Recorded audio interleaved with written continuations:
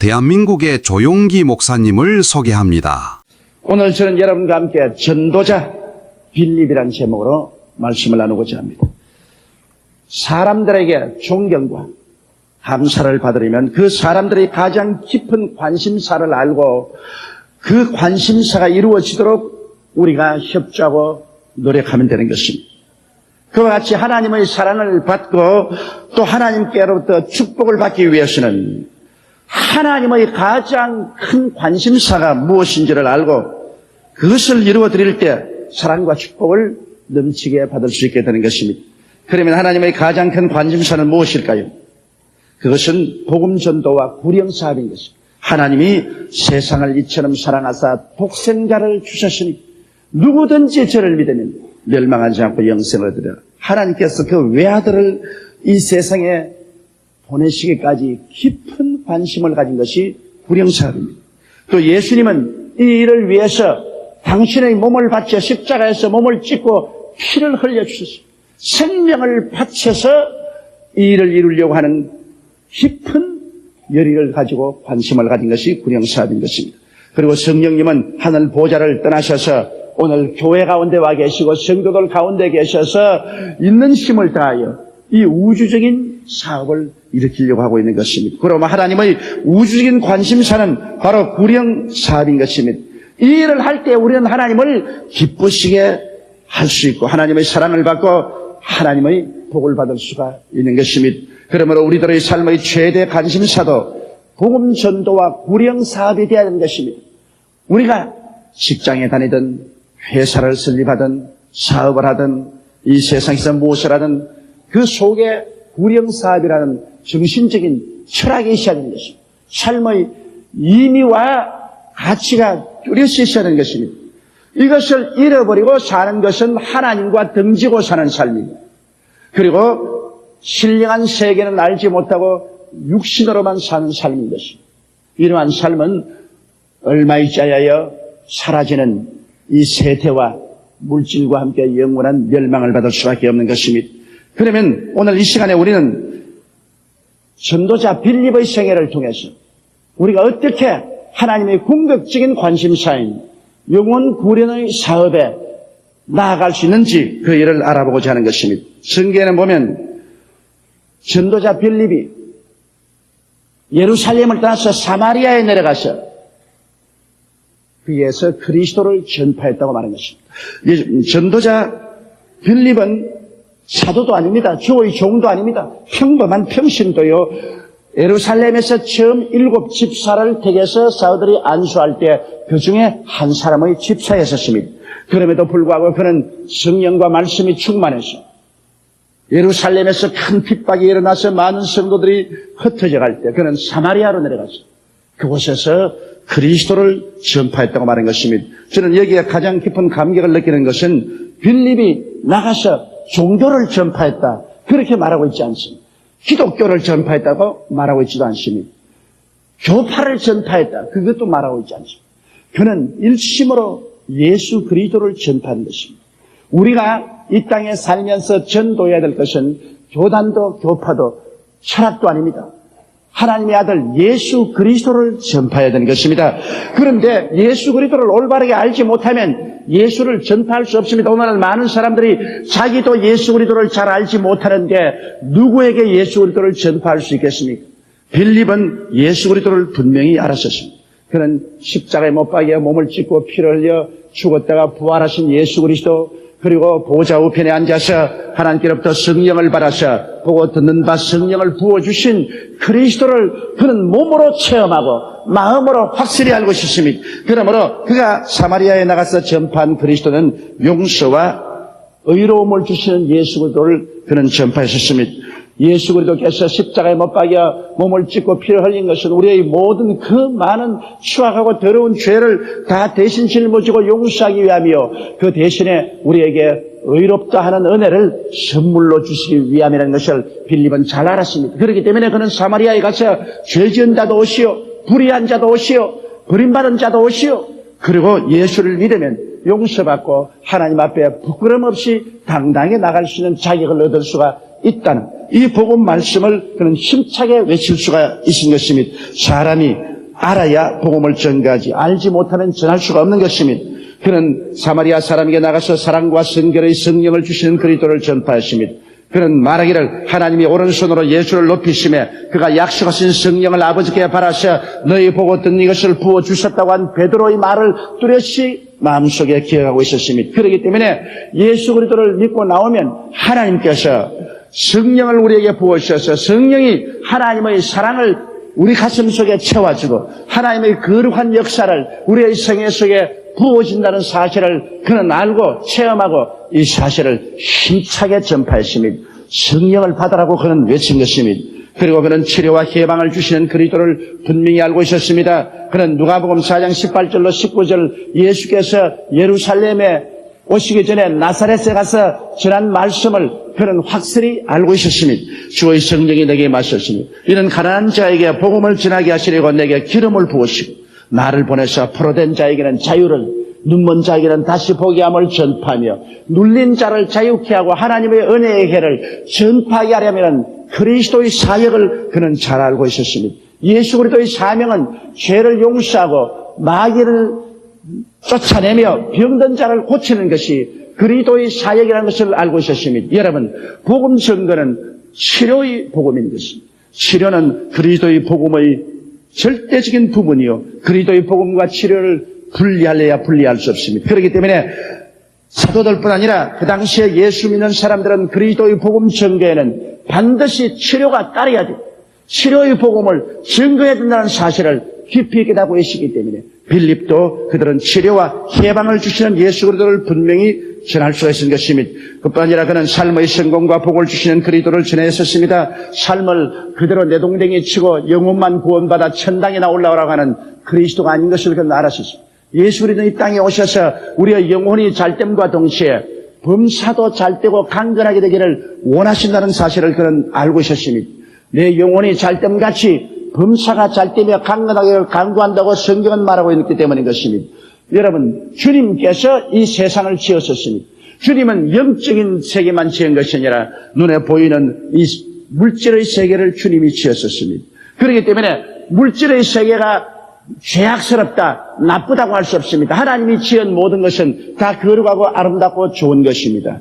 이것을 우리가 잘못 사용할 때 죄악이 될 수 있고 슬픔과 고통이 될 수 있는 것입니다. 그렇기 때문에 마음을 다하고 뜻을 다하고 정성을 다하고 목숨을 다하여 주 하나님을 섬기며 하나님과 함께 사는 사람에게는 모든 것이 선하고 아름답습니다. 이러한 사람에게는 물질이 죄악이 될 수 없습니다. 이 세상 삶이 더러워질 수가 없습니다. 주님께서는 물질과 모든 삶을 우리에게 선물로 주시기 때문인 것입니다. 이러므로 이 땅에 사는 동안에 주님이 주신 모든 시간과 공간과 물질을 감사히 받아서 하나님께 영광 돌리며 사용하고 살다가 우리가 하나님께 나가면 하나님께 영광을 돌리고 칭찬을 받을 수가 있게 되는 것입니다.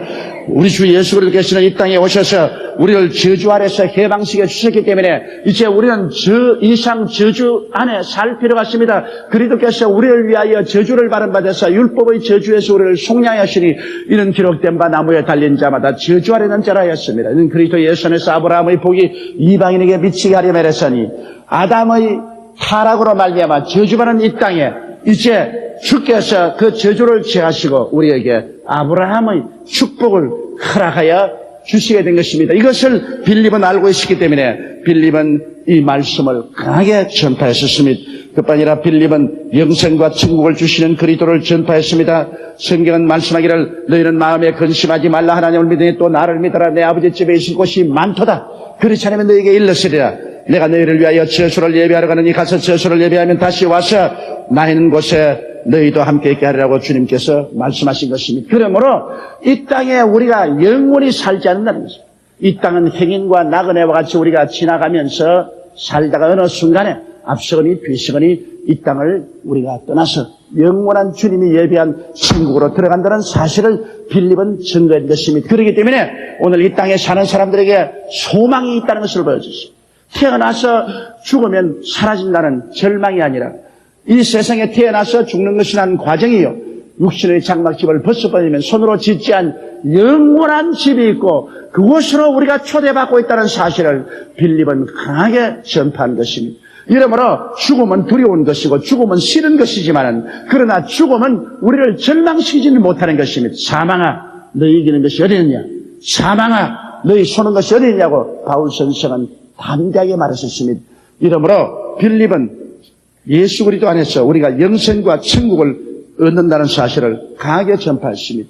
성경은 말씀하기를 사마리아 사람들이 열심히 빌려의 말씀도 듣고 그 행하는 계획도 보았다고 말하는데 믿음은 들음에서 나며 들음은 그리스도의 말씀으로 말미암습니다. 사람이 듣지 않고는 절대로 믿음이 생겨나지 않습니다.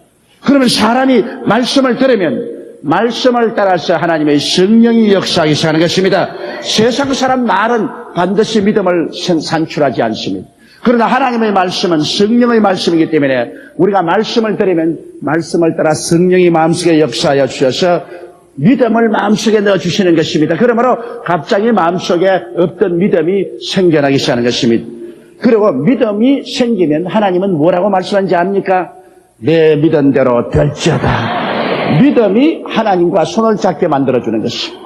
믿음의 파이프를 통해서 하나님의 은혜와 축복이 임하기 시작하는 것입니다. 그러므로 빌립이 사마리아 성도들에게 하나님의 말씀을 전파하며 그들이 믿음을 얻자 그 가운데 하나님의 기사와 이적이 일어나기 시작한 것입니다. 왜냐하면 그리스도의 복음에는 반드시 표적이 따르게 되어 있습니다. 성경 마가복음 16장 15절 20절에 또 가라사대 너희는 온 천하에 다니며 만민에게 복음을 전파하라.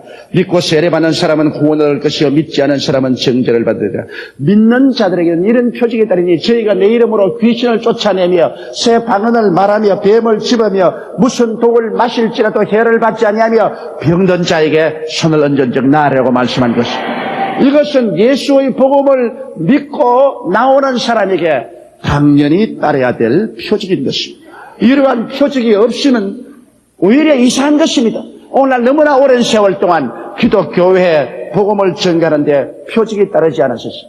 그러므로 사람들은 표적이 안 따르는 것이 정상적인 교회인 줄 알고 있었습니다. 그것은 교회가 그만큼 타락해서 믿음을 잃어버리고 성령의 역사를 받아들이지 않았기 때문에 표적 없는 형식적, 의식적, 신학적, 철학적 교회를 만들었지 살아서 역사하는 표적이 있는 교회로 만들지 못했습니다. 이것은 교회가 비정상적으로 타락하기 때문인 것입니다. 우리가 정말 빌립이 전가한 예수 그리스도의 복음을 그대로 받아들여 믿었으면 오늘날 또 우리 교회 가운데 풍성한 표적이 따라야만 되는 것입니다. 표적과 기사는 여러분 각자가 복음을 전가할 때 나타나게 되는 것입니다. 그리고 이 복음을 전가하며 표적이 따르는데 이 표적은 바로 부활하신 예수 그리스도께서 주시는 은혜인 것입니다. 예수님께서 죽었다가 부활하시니까 우리와 상관이 없는 줄 알고 있는데 여러분 교회가 바로 죽었다가 부활하신 예수 그리스도의 신비한 몸입니다. 오늘 예수는 우리를 떠나서 구말리 장천에 계시지 않습니다. 이 교회가 바로 부활하신 예수님의 신비한 몸인 것입니다. 여러분은 지금 예수 그리스도의 몸 안에 들어와 있는 것입니다. 살아계신 그리스도의 몸이 바로 이 자리인 것입니다. 그리스도의 몸 안에 들어와 있기 때문에 그리스도의 약동하는 역사가 성령을 통해서 오늘 이 자리에 일어나고 있는 것입니다. 이 자리에 여러분께서 종교의식이나 집행하러 온 것이 아닙니다. 그리스도와 교제하기 위해서 온 것입니다.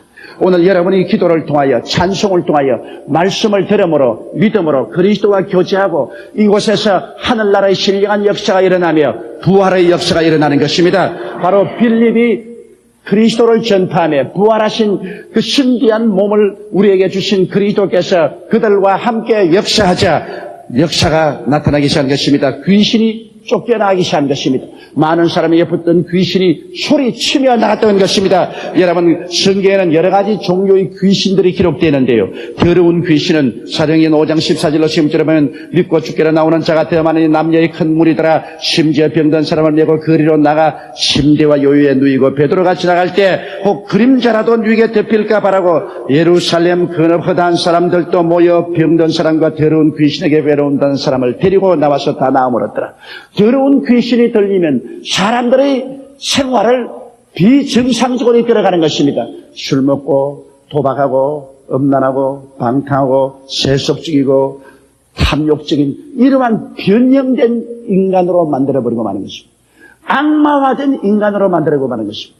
이러한 사람들이 그리스도 앞에 나가면 이 더러운 귀신이 쫓겨나고 하나님이 지으신 정상적인 사람을 가진 의와 평강과 희락을 가진 사람으로 변화되어 버리는 것입니다. 이러므로 그리스도 안에서 변화받았다는 것은 그리스도를 믿자 귀신이 쫓겨나갔기 때문인 것입니다. 악한 귀신은 있습니다. 이 악한 귀신은 사람들에게 와서 마음을 고통하게 하는 것입니다. 불안하고 초조하고 고통하고 미움이 빡들어차게 하고 가족을 이간시키고 형제간에 미워하게 하고 이웃간에 분열시키고 파괴를 가져오는 악한 귀신이 것입니다. 그 다음에는 거짓말한 귀신이 있습니다.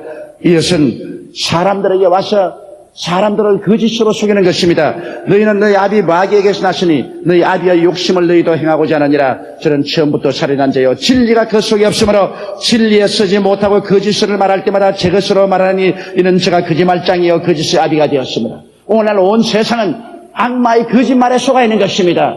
이 세상에 육신의 정욕과 안목의 정욕과 이생의 자랑을 가지고서 사람들의 마음을 잡아서 이 땅에 사는 동안에 부귀영화 공명만 얻으면 죄이다. 땅만 보고 살아. 무엇을 먹을까, 무엇을 입을까, 무엇을 마실까만 생각하고 살아라. 적은 너 세상은 없는 것이다. 생각할 필요도 없다.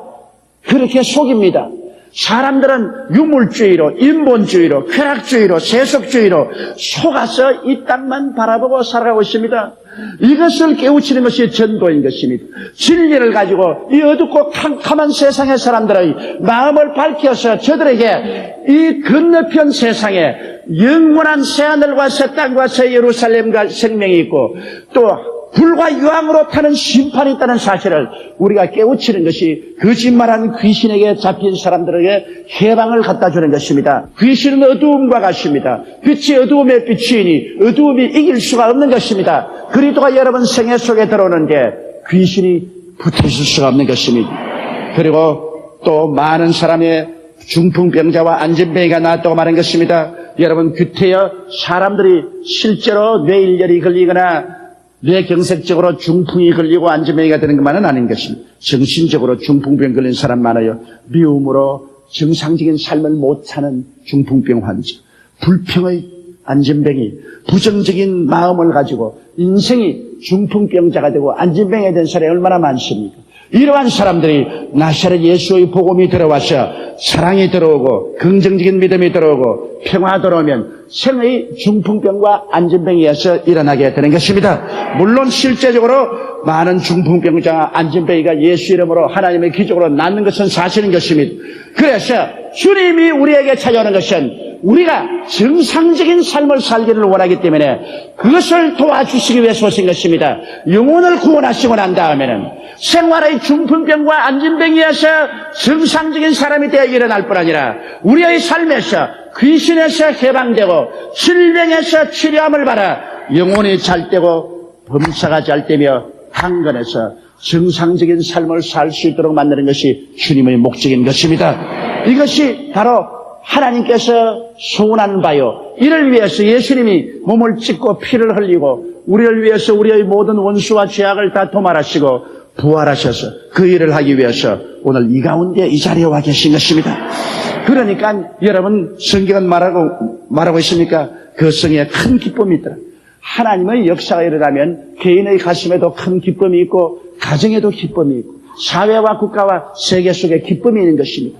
하나님은 우리를 슬프게 만들어 놓지 않았습니다. 왜냐하면 하나님의 형상과 모양대로 지음을 받았다는데 성경에는 하나님은 기쁨이라고 말했습니다. 하나님의 앞에는 기쁨이 충만하고 그 우편에는 즐거움이 넘친다고 말한 것입니다. 그렇기 때문에 우리 하나님의 형상으로 지음받은 우리들이 기쁨으로 사는 것은 정상적인 것입니다만 사람들은 오늘날 너무나 기쁨을 잃어버리고 슬픔으로 빡들어차 살고 있는 것입니다.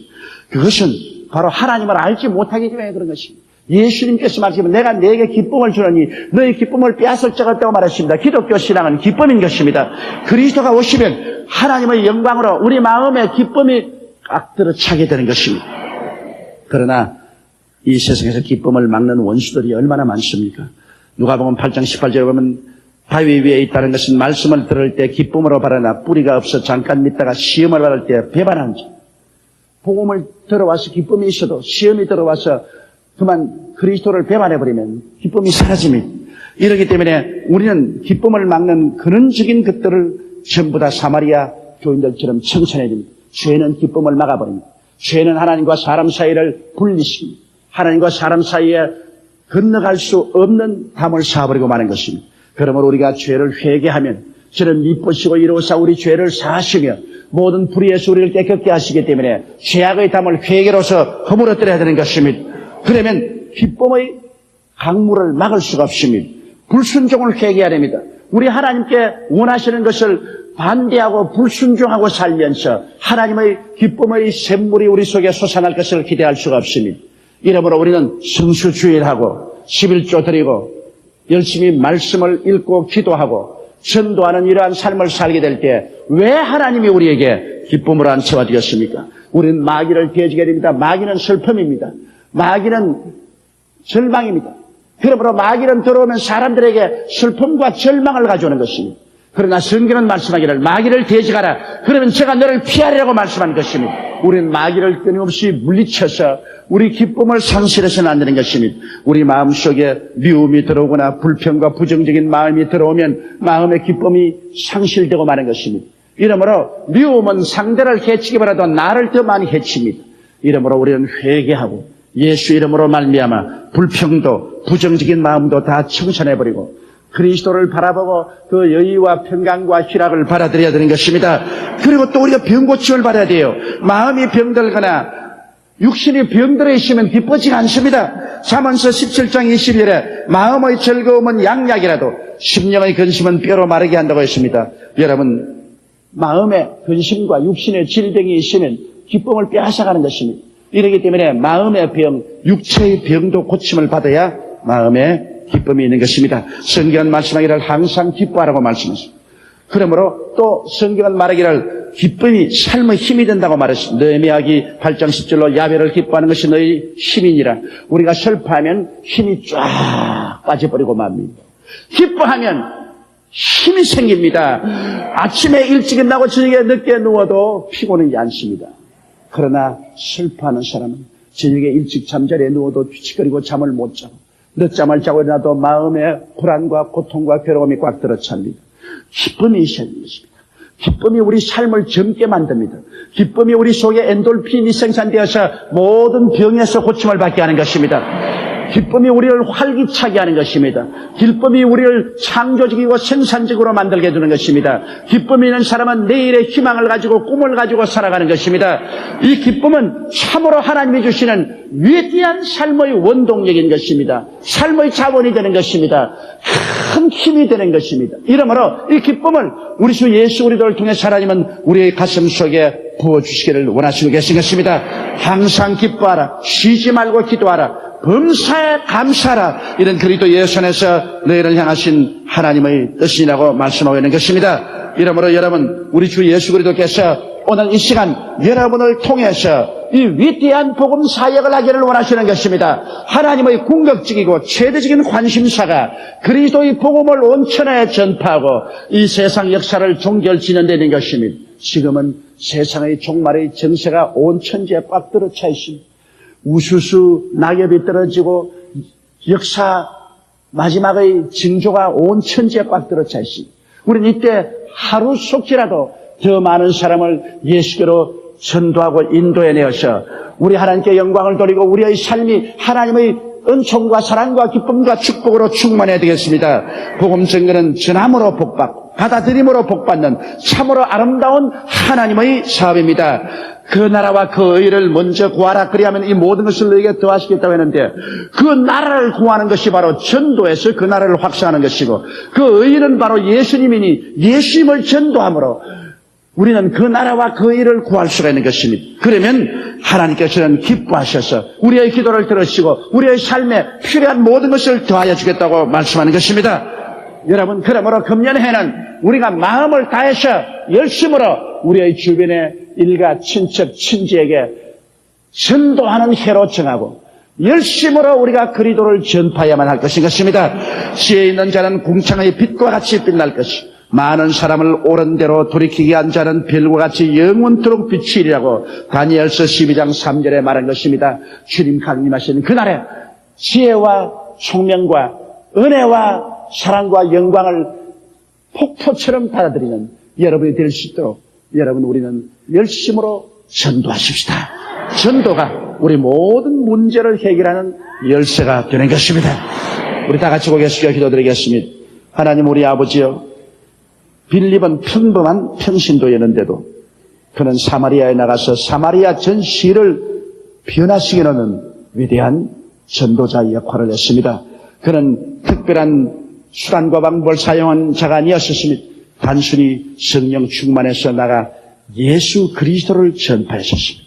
아버지, 우리도 예수 그리스도를 전파하게 도와주시옵소서.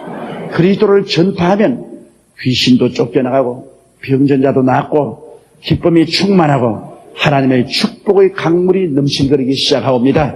아버지, 우리는 모두 다 평생의 그리스도의 전도자가 되게 도와주시옵소서. 하나님 앞에 나설 때 너는 전도자였다는 이 칭호를 받을 수 있는 우리들이 되게 도와주옵소서. 우리 주 예수님 이름으로 기도드리옵나이다. 아멘. 할렐루야. 아멘. 목사님 감사합니다.